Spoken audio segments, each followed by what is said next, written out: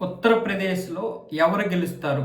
అంటే రాబోయేటటువంటి ఎన్నికలకి ఇంకా 8 నెలలే సమయం ఉంది. ఈ 8 నెలల్లో ఏ విధంగా మార్పులు, చేర్పులు జరుగుతాయో తెలీదు గానీ, ప్రస్తుతం ఉన్నటువంటి ప్రజల యొక్క మనస్తత్వాల ప్రకారం ఒపీనియన్ పోల్ ఒక సర్వే నిర్వహించింది. ఈ ఒపీనియన్ పోల్‌లో జరిగినటువంటి సర్వేలో కొన్ని విషయాలు బయటపడ్డాయి.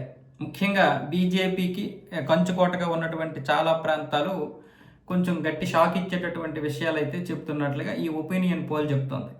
ఈ ఒపీనియన్ పోల్ ఎలా చెప్తుంది అంటే ఎన్డీఏకి ఏమొచ్చేసి 170 స్థానాలు, అలాగే ఇండీ కూటమికి ఏమొచ్చేసి 225 స్థానాలు, అలాగే బీఎస్పీకి ఒక 8-9 స్థానాలు వచ్చే అవకాశాలు ఉన్నాయి.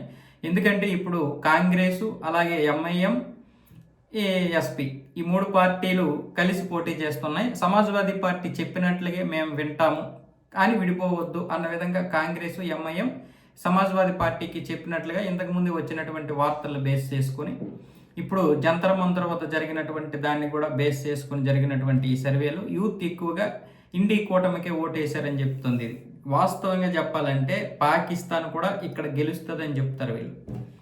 ఎందుకంటే ఒపీనియన్ పోల్ పరిస్థితి ఏంటో అందులో రాసినటువంటి వ్యక్తులు ఎవరో నాకు తెలుసు. ఆ వర్గం వాళ్ళే రాస్తారు కాబట్టి వాళ్ళకి చెందినటువంటివే కాబట్టి ఏకపక్షంగానే ఉంటాయి. వీళ్ళు రకరకాల ప్రాంతాల పేర్లు పెట్టి చెప్పినటువంటి ఒపీనియన్ పోల్లో ముఖ్యంగా పూర్వాంచల్ ప్రాంతంలోని 133 స్థానాల్లో ఇండీ కూటమికి 73 స్థానాలంట, అలాగే ఎన్డీఏకి 56 స్థానాలంట. ఇలాగే ఇంకొకటి ఏంటంటే పశ్చిమ యూపీ ప్రాంతంలో 79 సీట్లలో ఇండీ కూటమికి 48, ఎన్డీఏకి 34. అలాగే బచ్ ప్రాంతంలో ఉన్న 56 సీట్లలో ఇండీ కూటమికి 31, ఎన్డీఏ కూటమికి 24. ఇలా మొత్తం చూసుకున్నట్లయితే 170 నుంచి 175 లోపే ఎన్డీఏ పరిమితం అవుతుంది.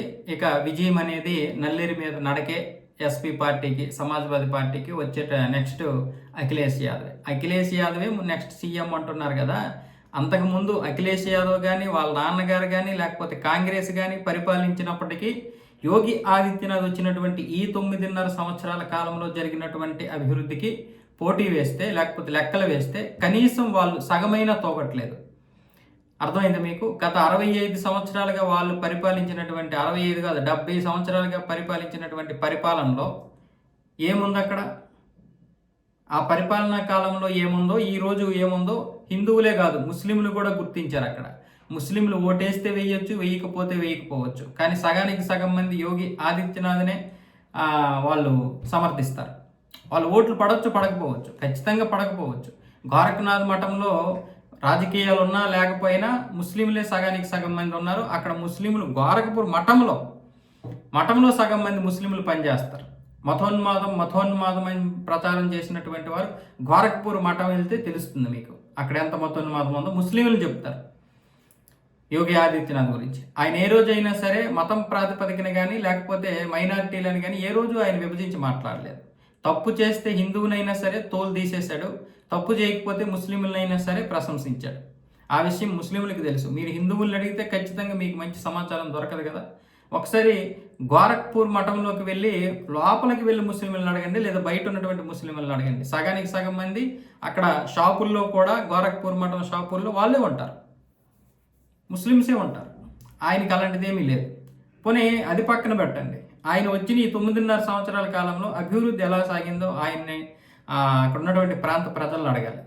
చిన్న తప్పుదాలు జరిగితే జరగవచ్చు, ప్రభుత్వం అన్నాక జరుగుతుంది. 20 కోట్ల జనాభా అంటే ఒక దేశంతో సమానమైనటువంటి జనాభాని పరిపాలించడం మాత్రమే కాదు, గ్యాంగిస్టర్ని, రౌడీ షీటర్లని, క్రైమ్ చేసిన వాళ్ళని, ఈ తుకడే బ్యాచ్ల్ని, వీళ్ళందరినీ ఎంత కంట్రోల్ చేశాడు ఆయన. ఈరోజు విద్యా వ్యవస్థ ఏ విధంగా ఉంది అంతేనా? అక్కడ ఉద్యోగ వ్యవస్థలు, ఉపాధి అవకాశాలు ఏ విధంగా కేంద్ర ప్రభుత్వాన్ని ఒప్పించి తీసుకొచ్చాడు. అన్ని రాష్ట్రాల కంటే నా రాష్ట్రం జనాభా ఎక్కువ, అన్ని రాష్ట్రాల కంటే మాకు ఖర్చులు ఎక్కువ, అన్ని రాష్ట్రాల కంటే మా పరిస్థితి దారుణంగా ఉంది, క్రైమ్ ఎక్కువ, కాబట్టి నాకు కావలసిన నిధులు ఇవ్వాలని చెప్పి కేంద్ర ప్రభుత్వంతో కొట్లాడి తీసుకొచ్చినటువంటి పరిస్థితి ఈరోజు అక్కడ ఉన్నటువంటి హిందువులు కానీ, ముస్లింలు కానీ, క్రిస్టియన్లు కానీ మిగతా వాళ్ళందరూ కూడా చూశారు. ఆయన ఏ విధంగా ట్రాన్స్పరెన్సీతో పరిపాలించాడో జనాలకు తెలుసు. అంత ట్రాన్స్పరెన్సీ అఖిలేష్ యాదవ్కి ఉందా? అఖిలేష్ యాదవ్ కానీ, రాహుల్ గాంధీకి కానీ ఎవరైనా ఉందా? ఆలోచించుకోవాలి. ఈ పోల్లన్నీ ఎవరు రాశారు? ఈ పోలింగ్ రాసింది ఎవరంటే షేద్ అహ్మద్. అహ్మద్ గారు ఎలాంటి వాళ్ళు, ఆయన మంచి అనాలిసిస్ట్ అనుకుంటారు, కానీ ఆయన చూడండి ఏకపక్షంగా రాసి పడేశాడు. నిజంగా గ్రౌండ్ లెవెల్ ఇదే లేదు.